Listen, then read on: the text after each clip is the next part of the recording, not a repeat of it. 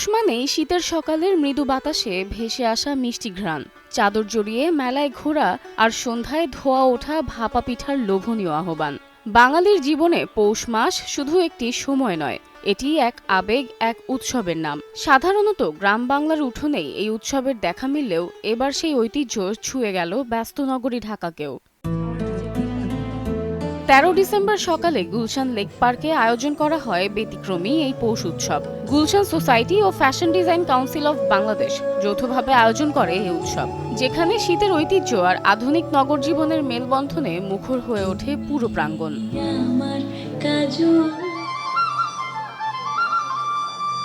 উৎসবের সাংস্কৃতিক পর্ব ছিল দর্শনার্থীদের জন্য বিশেষ আকর্ষণ। নৃত্য, লোকগীতি, লালন সঙ্গীত ও রবীন্দ্রসঙ্গীতের পরিবেশনায় ফুটে ওঠে বাংলার শেকড়ের সংস্কৃতি। এর সঙ্গে যোগ হয় দেশীয় বয়নশিল্পকে তুলে ধরা দুই পর্বের ফ্যাশন শো, যেখানে ঐতিহ্যবাহী কাপড় ও নকশায় নতুন মাত্রা পায় দেশীয় fashion. Fashion design council of বাংলাদেশের প্রেসিডেন্ট ও স্টুডিও মায়াশিরের স্বত্বাধিকারী ডিজাইনার মাহিন খান বলেন, পৌষ উৎসব নিয়ে পরিকল্পনা অনেক দিনের। উৎসবটি যেন পরিপূর্ণ হয় সেজন্য কারুশিল্প ও বয়নশিল্পের উপকরণের পাশাপাশি সাংস্কৃতিক পর্বে রাখা হয়েছিল দেশীয় পরিবেশনা। লিভিং ক্রাফটস যেটা এখনো বেঁচে আছে, যেটা হারিয়ে যদি চলে যায় আমাদের দেশ থেকে, তাহলে একটা বড় সম্পদ হারিয়ে যাবে। তো আমরা আশা করব এই ধরনের উদ্যোগের মধ্য দিয়ে আমাদের দেশের ইনট্যাঞ্জিবল কালচারাল হেরিটেজকে আমরা জীবিত রাখতে পারবো।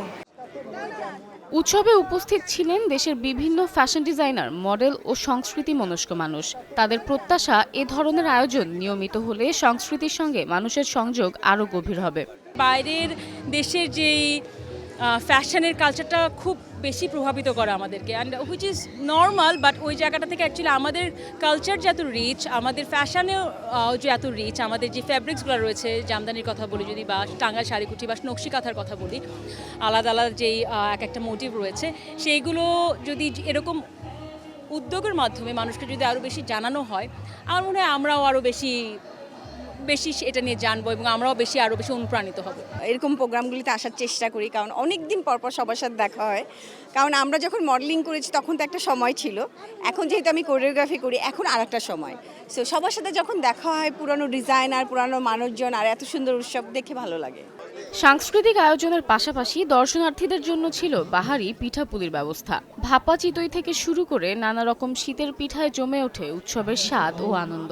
We don't usually get things like this around আমাদের আশেপাশে, সো আই থিঙ্ক এটা হলে সবাই আসে, দেখা হয়, অ্যান্ড প্লাস ফ্যাশন শো, ওটার সাথে এত খাবারের আয়োজন, I think it's a great place. এসে আমরা ঘুরে থাকলাম, পিঠা খেলাম। হ্যাঁ,